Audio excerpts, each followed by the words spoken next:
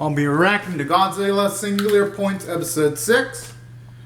And I'll be starting my reaction in 1, 0, go. Alright, pumped up for this. Okay, that's pretty darn far reaching. I've already reached okay. I've already reached New York. Oh. Yo, I'm actually surprised the kids got a lot of poise, all things considered, with the just the scale of the creatures and their size. I'd be scared shitless in this scenario.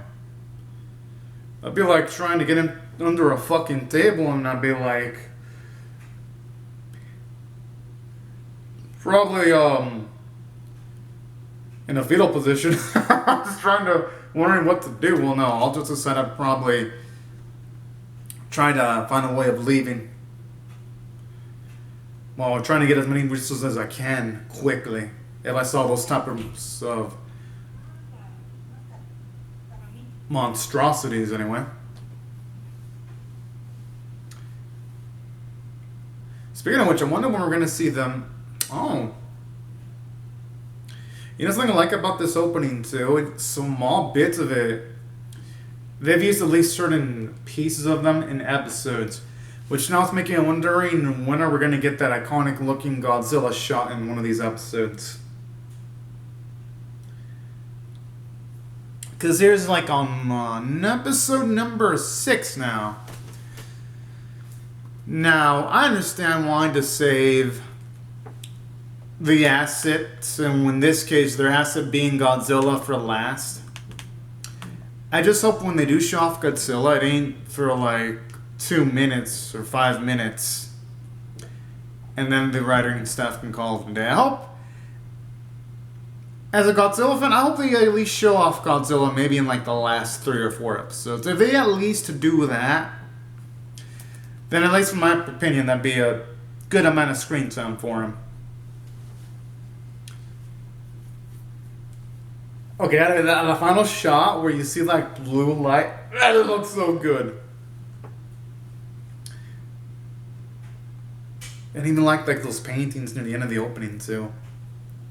That looks so menacing. Odd numbers theory. Oh.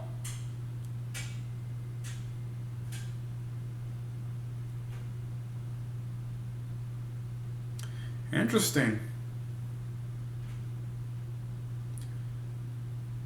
I mean, it's possible.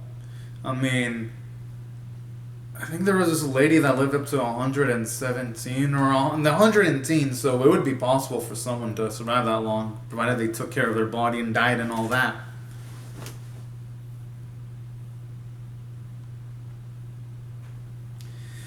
That would be way too simple as far as girls go. It probably is something much more extreme than that. That feels like it's would be a much more likely goal there. Because usually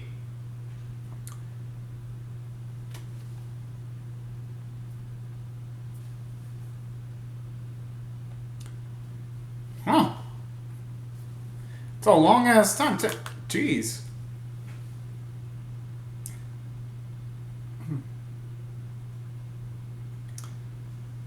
Makes sense. Hell, I'm pretty sure in certain places sea travel is completely shut off too. But I do like it though how they're mentioning just how the simple ways of life are affected by all the beasts and all the kaiju.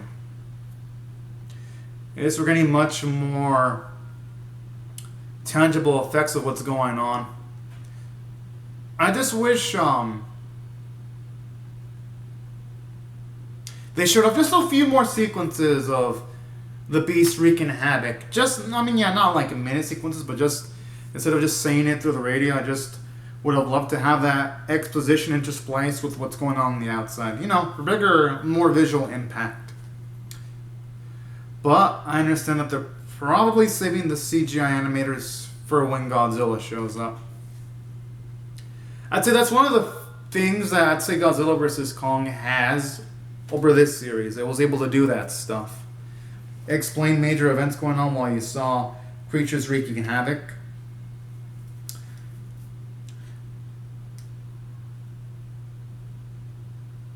But I mean,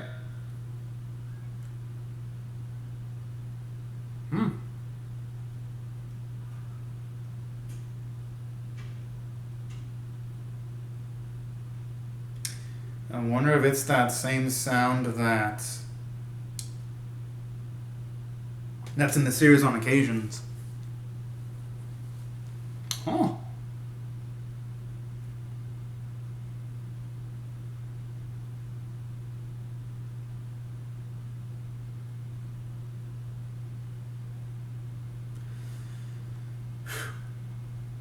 I just hope, though, when it comes to those tools, it's more than just tanks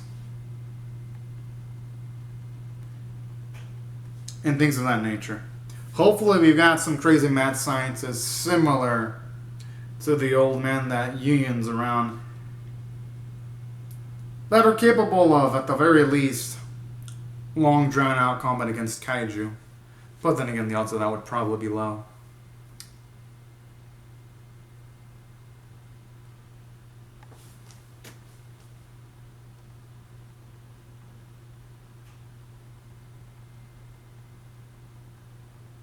Oh, I actually didn't know that. Feels like there's a phobia for almost everything nowadays.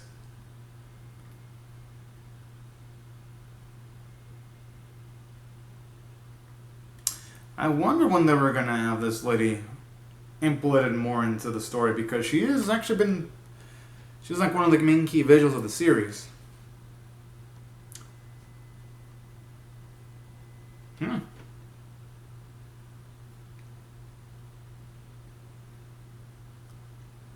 Oh, okay, quite the position there.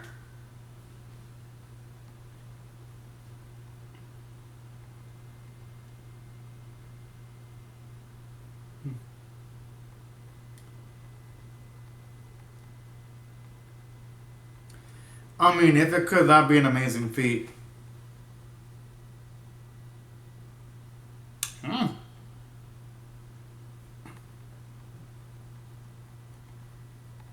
But lately, though, the ordinary has become the extraordinary.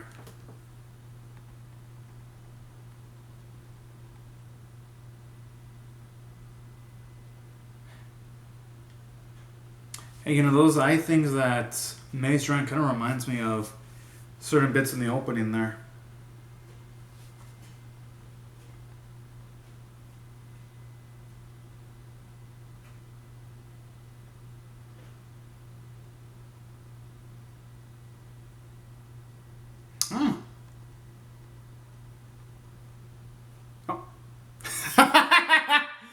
Oh.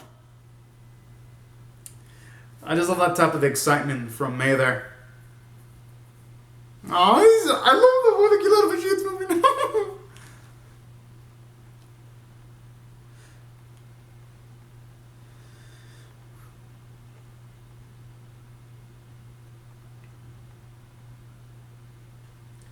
I like how it's making this cutesy noises. Even though it's not necessary, it adds a lot of levity to the scene.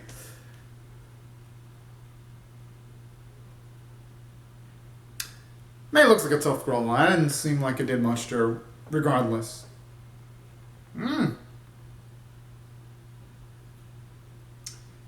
we'll be able to utilize that knowledge and potentially weaponize it.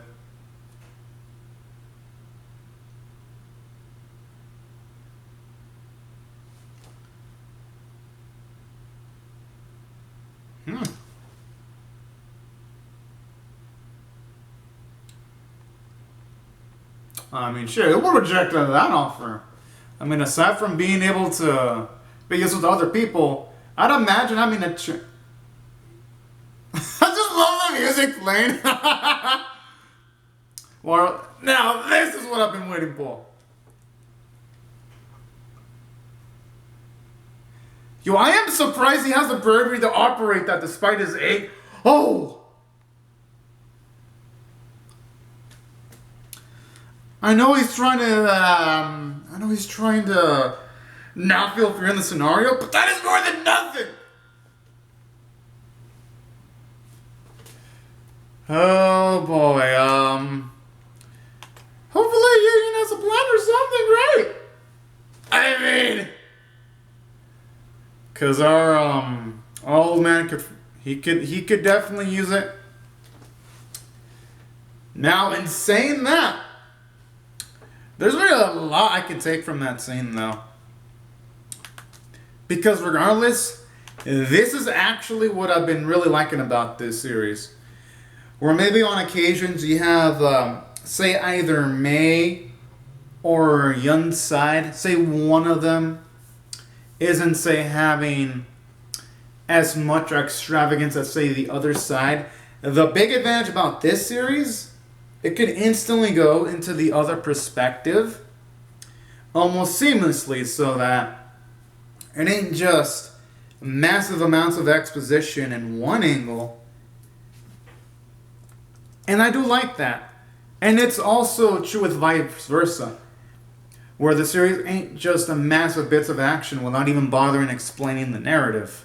I like how the series has been having a nice balance between the two for a pretty dang beautiful end result, if you ask me.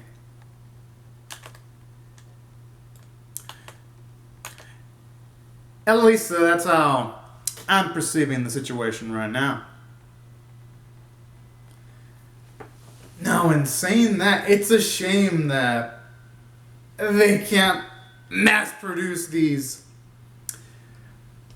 beautiful, beautiful machinery like the Jet Jaguar, because fuck, man, it's so fucking, oh shit.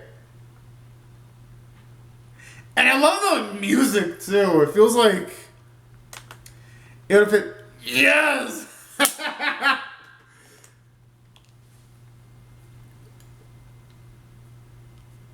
Yo, now that is gutsy right there. Especially considering the. Oh!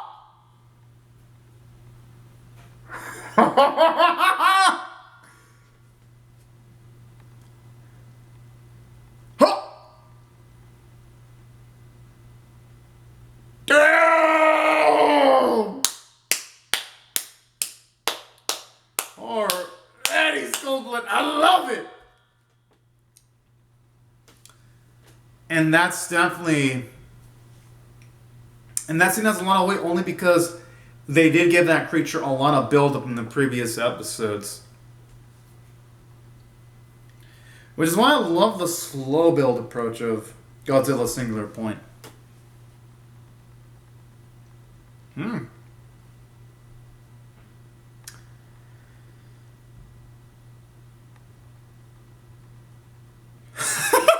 Talk about absolute coldness.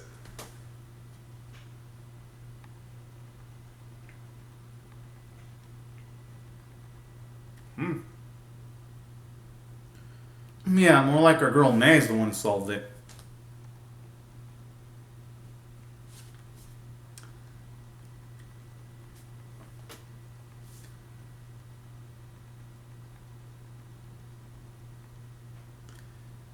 No, man. With the music, it seems like more shit's about to go down. And that's also something I've been loving about this series. Like, the music feels like it's its own character.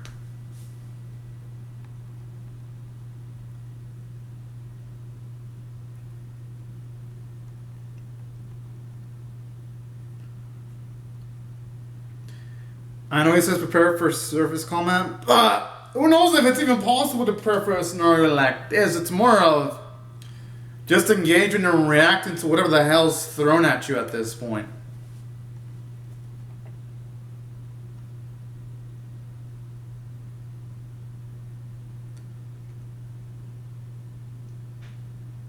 Jeez.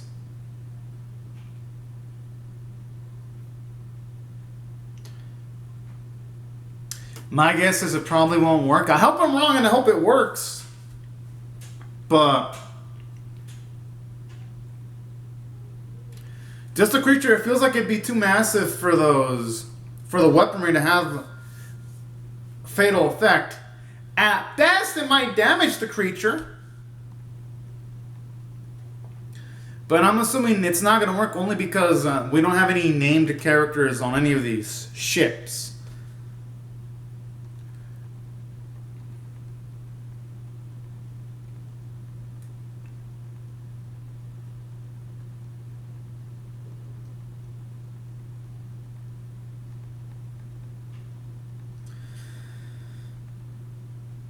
Oh. Oh.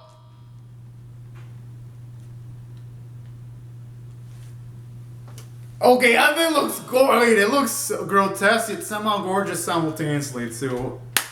Gotta salute the animators. They made that thing look beautiful. Oh my! I think they're going to need a much more bigger weaponry to cause damage to that thing. And would it even have anything quick enough to hit that monstrosity? It's a bigger question.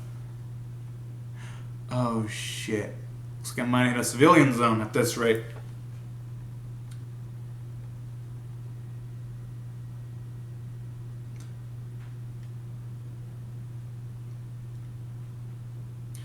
And something I like too is like when it swims, it leaves a red curling behind, making it feel as if it's swimming in a pool of blood, even though that's not the case. Them people should be running the fuck away. But I mean, there are a lot of people that would be curious on that, so that is realistic. Sometimes Darwinism instincts don't kick in until right when it's too late on occasions.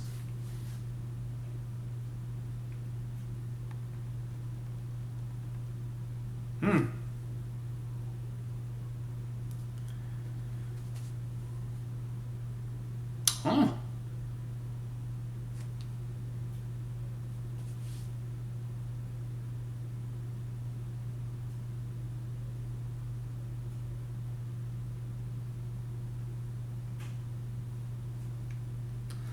I'm sure there's more to it than just that, though. Yeah, exactly.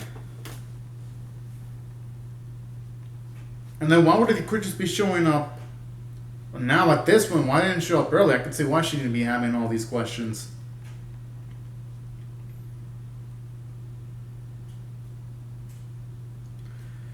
Oh.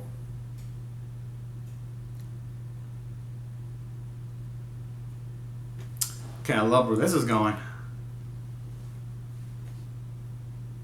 I would be scared as hell to be posing with that. Even though it's dead, I'll be paranoid as hell. Because who knows if that thing can reanimate itself. But then again, there are people in real life who take selfies with it. Yeah! Like I said, y'all, I had a feeling that was going to happen because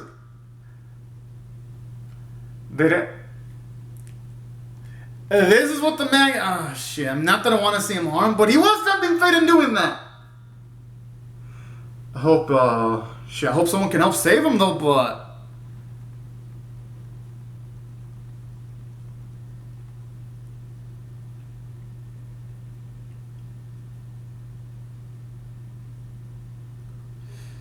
Oh, boy. Ha! I'm just going to aim for a... I hope no one was in that vehicle.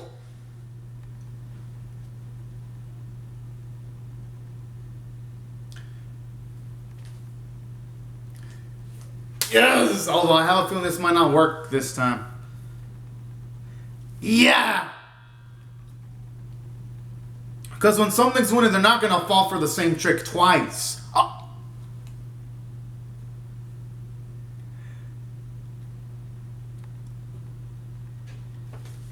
I hope the man's okay. Holy shit, it's a miracle he's only unconscious. Well, no, I wouldn't say it's a miracle. I mean, there are some older folk that are pretty durable. But damn!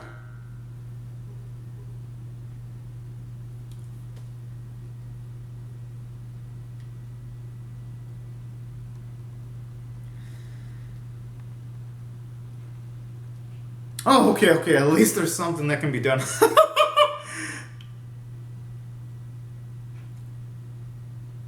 I mean, hey, it's better than nothing.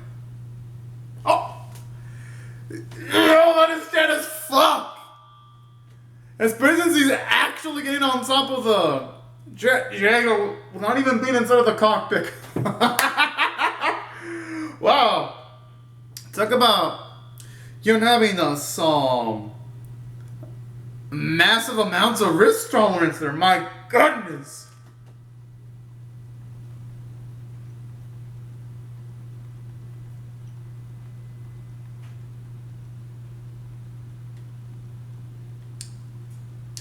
And you know something I like about this scene too, with the creature chasing after them? You can see the view of the chase, but with all the vehicles, it gives the scene a lot of weight because we have a grasp of how huge the environment is. Oh, okay. I was kind of getting worried that he might actually have been pushing himself out of the fence. But thankfully that didn't happen.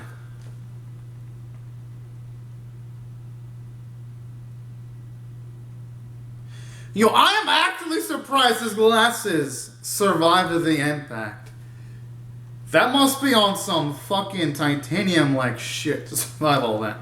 But no, all jokes aside though. Okay, I thought for a second, how in the hell did that thing not work? But yes!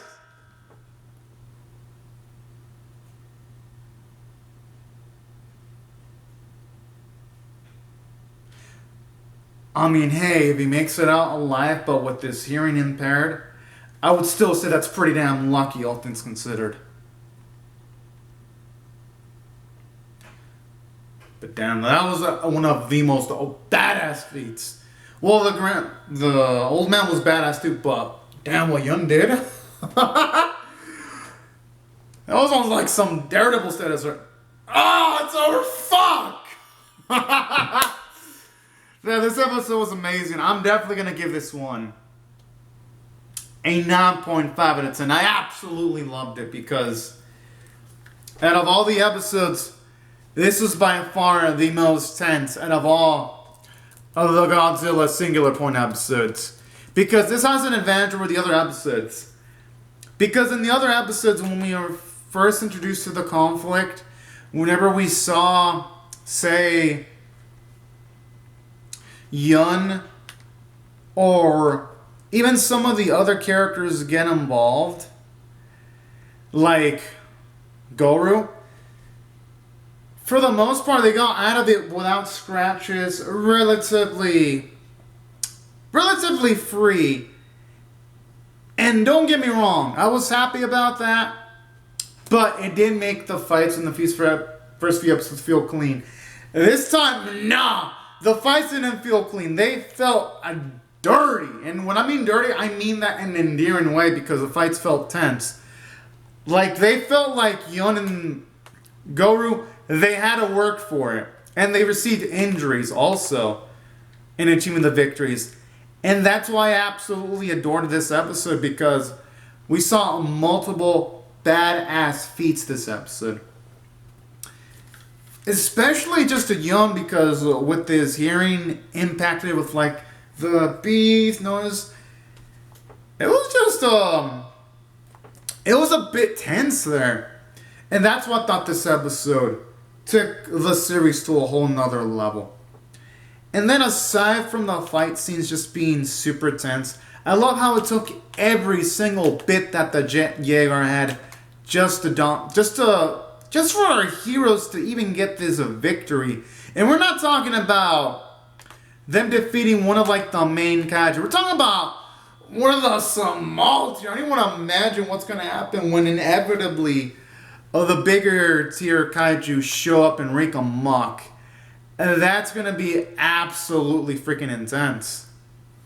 And that's why I love the episode because if it already feels this intense with the appetizer, man, I don't even know how I'm gonna react when we get the full course.